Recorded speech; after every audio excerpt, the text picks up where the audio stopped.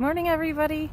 I know some people were kind of intrigued by the owl pellets that I found yesterday, so I thought I'd do a video on dissecting them so people have something kind of to watch while we're all in quarantine. I've been spending lots of time outside, and yesterday Bob was cleaning out parts of this garage behind me, and I just got bored with helping him clean.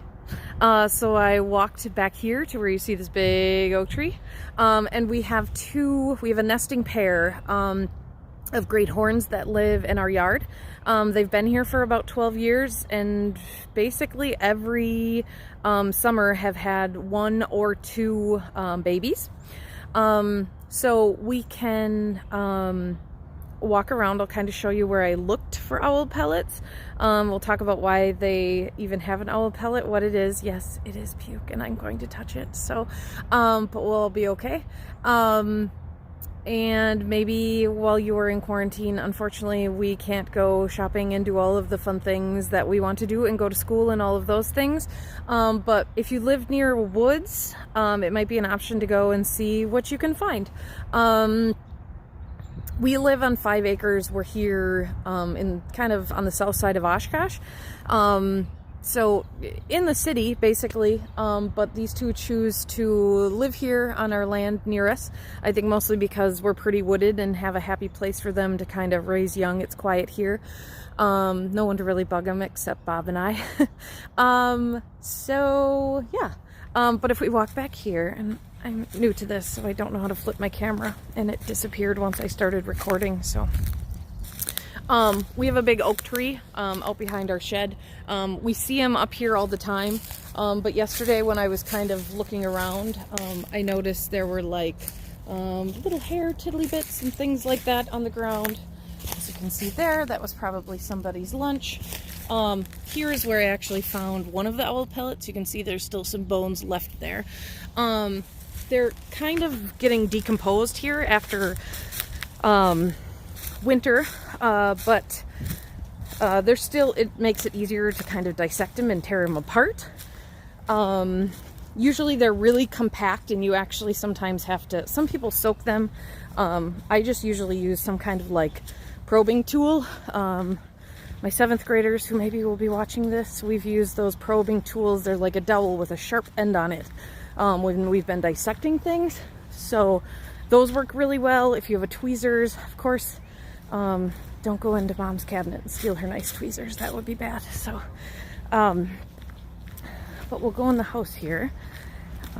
We have another big oak tree out there they like to hang out on. And sometimes they're up on top of the windmill. They like to scare me on top of the windmill. I'll drive in and come out of the garage, and they like to hoot at me. So, but great horns are some of the most common owls in Wisconsin. They're also some of our biggest owls. A lot of times they actually end up eating their prey whole. They swallow it all. So what we're going to dissect, an owl pellet, is actually the regurgitated material that they can't eat.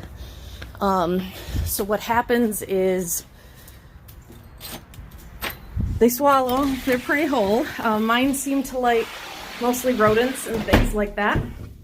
But I've seen them eat a mourning dove. That was quite frightening. It was like a pillow exploded. And they'll regurgitate up what they can't pass. So the owl pellet is actually hair. It can be bone. I've read where people have found weird things in their owl pellets. Like they'll find a bird band if they eat a bird and the bird has been banded. They'll find a bird band, which would be kind of cool to find. But mostly it's hair and bone that come back up. So a lot of times you find their pellets where you see them hanging out, because they're eating and then sitting in the tree and regurgitating that up. Gloves are always a good thing. I'm stuck at home without any of my dissectable materials. So I just have kitchen gloves that I'm going to use, and I might get annoyed with them and eventually take them off.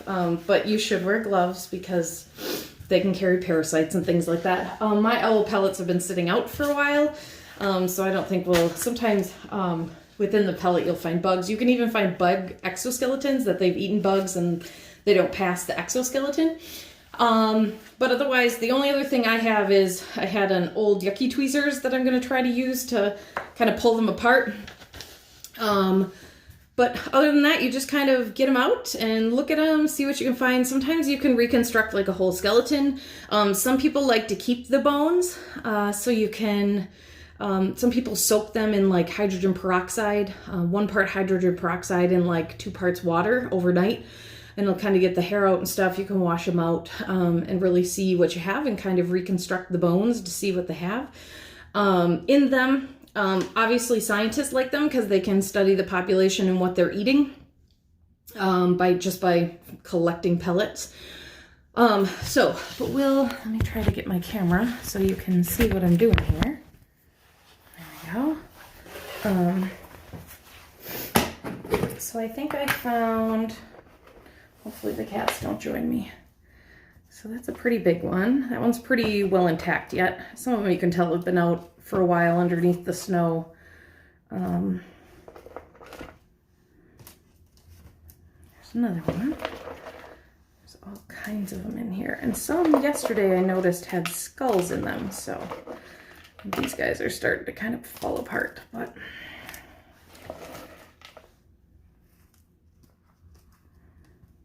there. So if you take your tweezers, these are really easy to pull apart. There's lots of hair here. And kind of pull them all apart, see what they have in them. And sometimes the bones are really, that's a pretty big bone.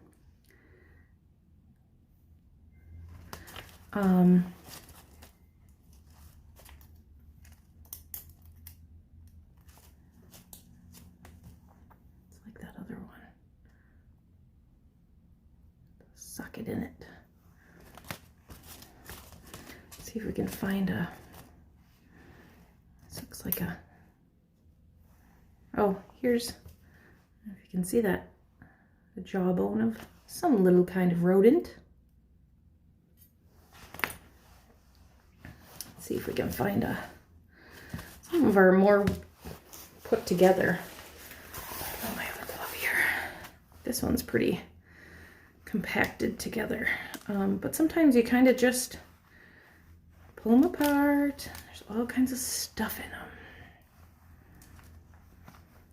Lots of little bones. Ours seem to like rodents, mice. I see them go after mice a lot. The funniest is sometimes they'll be on the ground and they'll be like hopping around on the ground trying to catch it if they've missed it, which is fun to watch them kind of walk on the ground because that's not what they're made for.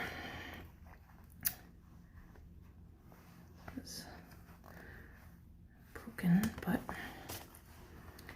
was hoping to find a skull. I know there was a skull in one of them. I could see it. Oh, nope, it's another big leg bone or something.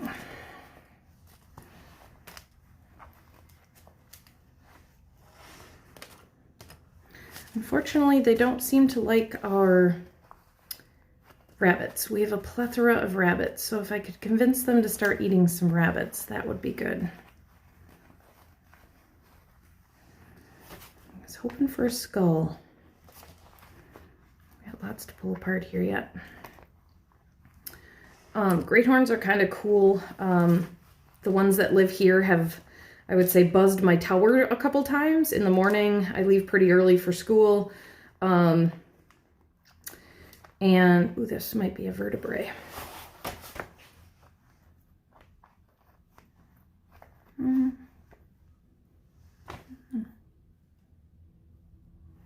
Bigger piece. Sorry, I got sick of my gloves. I'll wash my hands, I promise. The really cool thing about them is their wings are set up so that they their prey doesn't hear them coming. So like I said, a couple times they must have been behind the house and I've tried to leave for school and you don't hear them coming and then all of a sudden they're like swooping up from below you or above you, which is frightening and cool all in the same second. But the way their wings are set up, their prey doesn't even hear them coming. Their best adaptations or their best senses are probably their sight. and their ears. Great horns, a lot of people think great horns actually have like an external ear, which they don't because they have those little horns on the top of their head. They're actually just holes in their head, and they're actually, ooh, this one's kind of wet. They're actually offset so that when the, I think the right is further up, so that if they hear something, they're getting that sound at different times, so that they can react faster to it and then use their eyes to kind of see the movement, which is really cool. Good adaptation for an animal that is nocturnal. They like to come out about, we see them become real active as like at dusk. And then they hunt all night, and we can hear them. We hear them out all night long. We hear them hooting to each other. Our pair becomes pretty active in January. They start mating. Maybe I don't have a skull. I thought I maybe had a skull. In January, they start to mate. So they get very vocal then. And like I said, I've never found their nest, but owls are opportunistic nesters, meaning they don't like build a nest. They just find a place.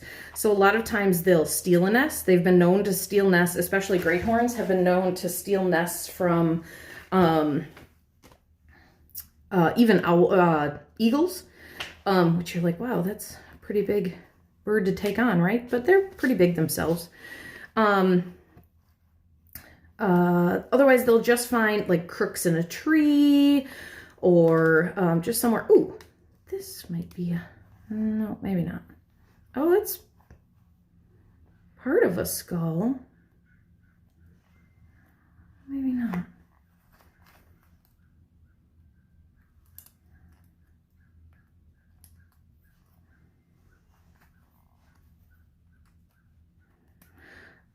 So like I was saying, they kind of just find somewhere to, I don't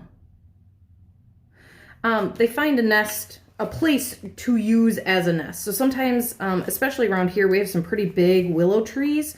So those leave lots of opportunities for them to kind of find a nice place for the baby owls to hang out. The coolest thing we've ever witnessed is in the summertime when the babies start to get active, mom starts to wean them in like July and August. The baby will just scream and scream and scream to be fed. And our mom, at least, does not give in. So it gets pretty loud around here in July and August at dusk because baby owl wants to be fed and mom wants him to, you know, or her to hunt on their own. Oh, here's something.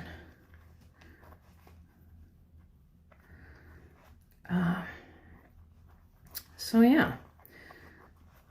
But yeah, I've never found their nest, but they've been known to, for baby owls a lot, to fall out of their nest because they're not very good nest builders. Like I said, they just kind of find a place to put their eggs. So, but I've never found a baby owl yet, so that's good. Ours must be good at finding a nest somewhere. So there's some more bones in here, but I think I've picked out most of it, and I can keep digging a little bit. But you can see it. You got quite the mess when you're all done. So I'll kind of show you what I all found. I don't know if you can see this. I don't know about this. This is weird. And I can clean them up, and then you can kind of have a better look at them. But it's kind of cool to see what comes out of them.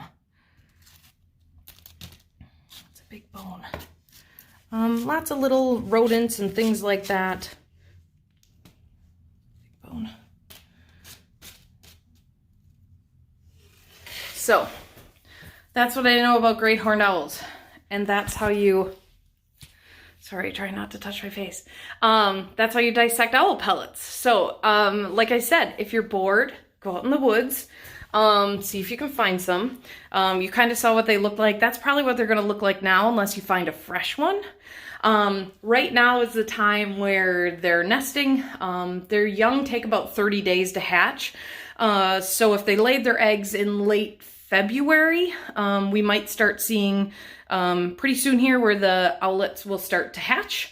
I still think we're a little ways away here. Ours seem to be a little later.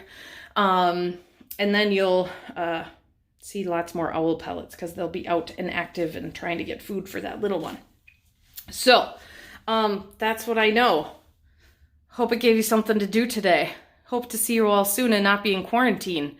Otherwise, until then, get outside, do something cool, make some observations, be a scientist.